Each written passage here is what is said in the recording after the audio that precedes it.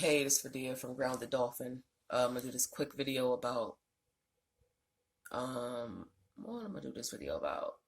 I guess I could do this video about me giving a vision quest to my student and how it went. So initially, she was supposed to come out here because she lives on the East Coast. I live on the West Coast or wherever, Southwest, wherever coast this is I'm at. Um, so we had scheduled this a month in advance. She was gonna come out here, do the ayahuasca with me, and the ayahuasca, I was supposed to have the ayahuasca at a certain time, and it didn't get here. So she had already paid for her ticket and everything. So I was like, yo, I ain't even gonna tell her nothing until she get here because I don't want her energy to be all discombobulated and shit. So I was like, all right, I couldn't give her the ayahuasca at the moment. So I'm gonna just give her the mushrooms. So I told her that she was okay with it. So that's what she journeyed with. But before I get to her journey, all the things that led up to this was suspect. So if you are a person of power and you are seeking knowledge that's been hidden from you, not only will it be the people in 3D trying to stop you from attaining that knowledge, but the entities in 4 and 5D, 6D, 7, whatever, all them other Ds, they intervene too. So 3 days before she was supposed to come out here, when the weather was supposed to be in the 70s the whole week, we had a snowstorm.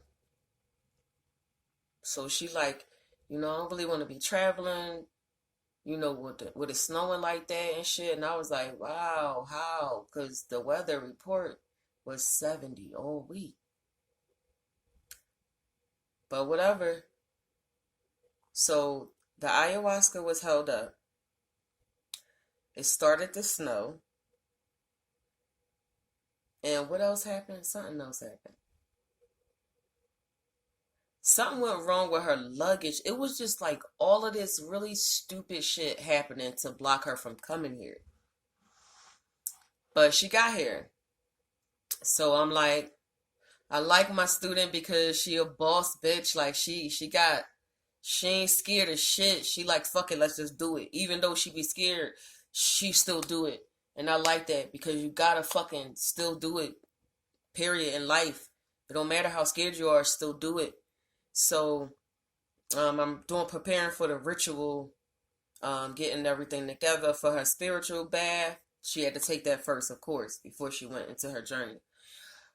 And then it's so crazy, like, because then I couldn't find no mushrooms. And I was like, oh my God, I always get this. So we had to pick her up at 11:15. I got the mushrooms at 11:09 p.m. I was like, yo, what the fuck is going on? So I'm like, fuck that. I'm a determined bitch because now I feel like you trying to block something.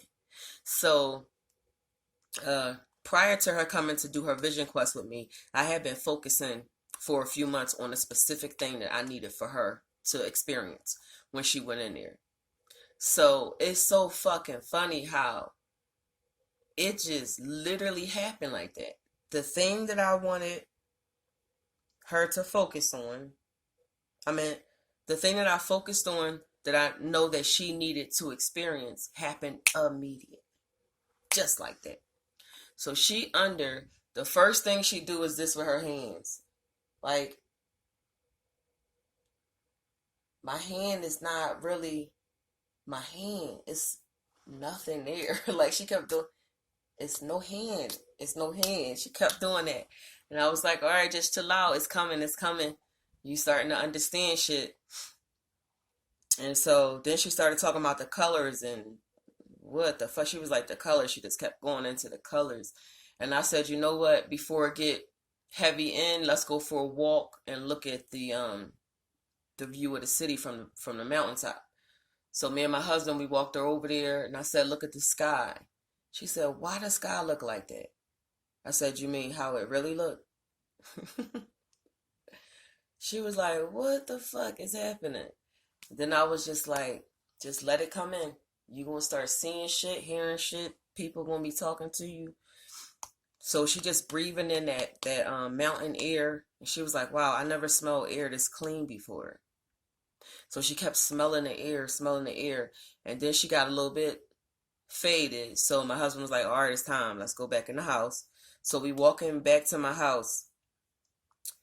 And like every few steps, she would say, white light in the house. Then she would say, red house, danger, red house, danger. That's all she kept saying. That house, she was like creeping, like, oh God, danger, danger. So I'm like, okay, that house is bad. This house is good. Then this lady sitting on the porch, and this lady, like, okay, when I be doing my spell work and shit on the porch, she always walking her dog. And one day I said to her, I said, yo, I ain't weird. I'm just doing shit. I'm drying my smudges out and stuff. She was like, no, I don't think you weird. I'm trying to see what you're doing. And I thought, she a sister. Maybe she interested in you know, what's up. So I ain't feel no kind of threat from her or nothing. I ain't, you know, try to communicate with her further than that. But the fact that she was intrigued, I was like, cool, maybe she'll come ask me some questions.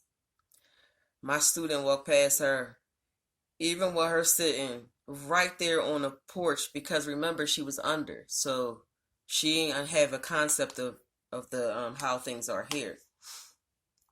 She said, demon, red eyes, danger. She looked right at that lady and said that shit. So my husband was like, okay, let's keep walking. So we get the house right before my house. And then she said, good man, white light, good energy, good energy. And that made me happy because my next door neighbor, we've been knowing the family for about 13 years now. And the father, the head of that household, I truly believe in my heart, is a good man. He's a good man. He's a good provider. He's a good father.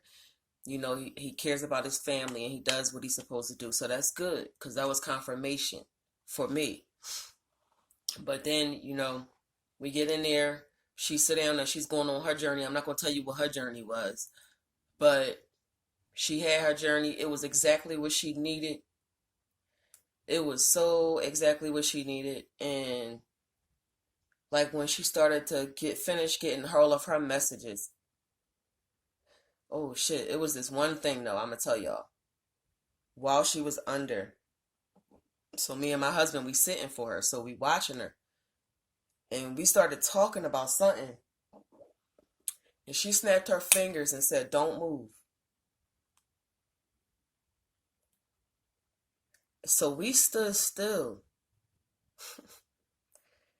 And all you hear is helicopters over the motherfucking house. Whoop, whoop, whoop, whoop, whoop, whoop. So we just stand still. And she like snapping her fingers and shit. Every time I move, she snapping her fingers. Bitch, you better stay still. So I'm like sitting there like, oh my God, I can't even move or sit down. No, what the fuck? And you hear those helicopters. And then they left. And then she was like, it's cool. And I'm like, yo, this shit is so crazy. This shit is real. Like, it still be tripping me out. I've been doing this for 3 years now. And it's still tripping me out. So then somehow she started channeling somebody from my ancestral line, I'm guessing. It probably was my dad.